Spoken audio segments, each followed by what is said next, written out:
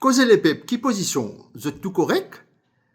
Moi, j'espérais l'année bien commencer pour vous tout et qu'ils ont tout et a de très beaux projets pour l'année en cours.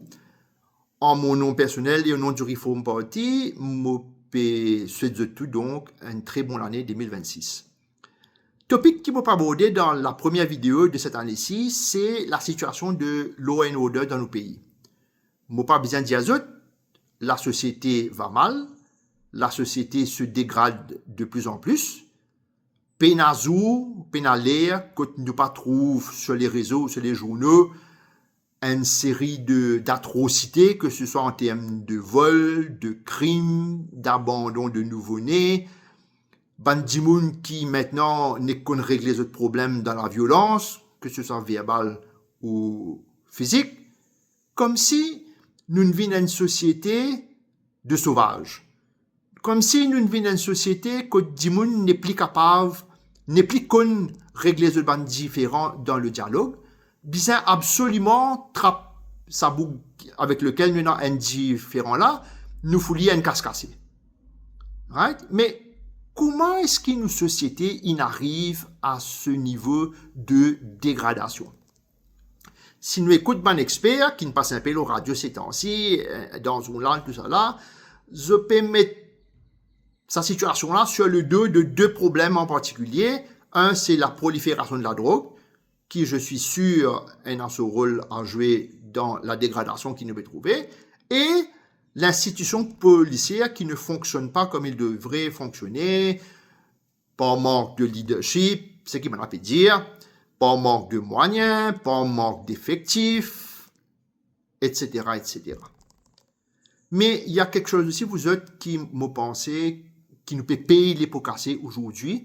Nous peut payer les pots cassés, nous peut payer le prix des décisions qui n'ont pas été prises il y a 20, 25, 30 ans de cela, dans les multitudes de réformes qui finissent dans nos systèmes éducatifs.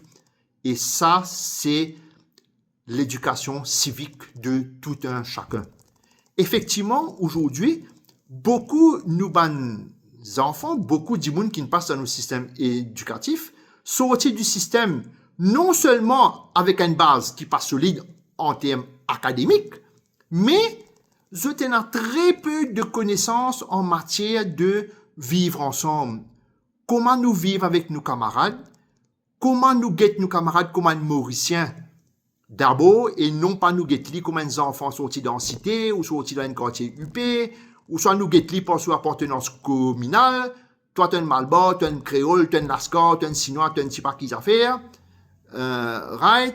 Donc, l'accent a tout le temps été mis sur ce qui nous divise. Right?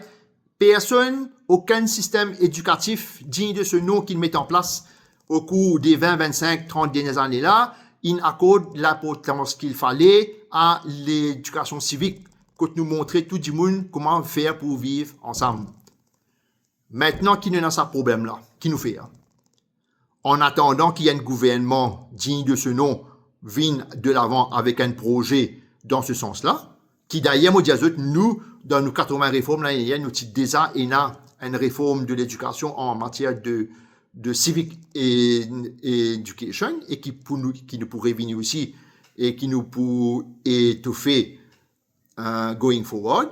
Maintenant, nous, en termes de société, qu'est-ce que l'on fait?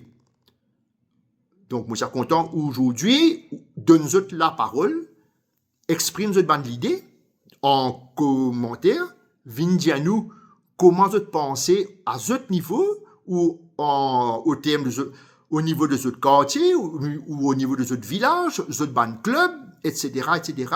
Comment nous sommes capables de faire pour qu'ils nous retrouvent ça vivre ensemble, cette joie de vivre ensemble et cette harmonie qui, sans lesquelles nous ne sommes pas capables de progresser du tout.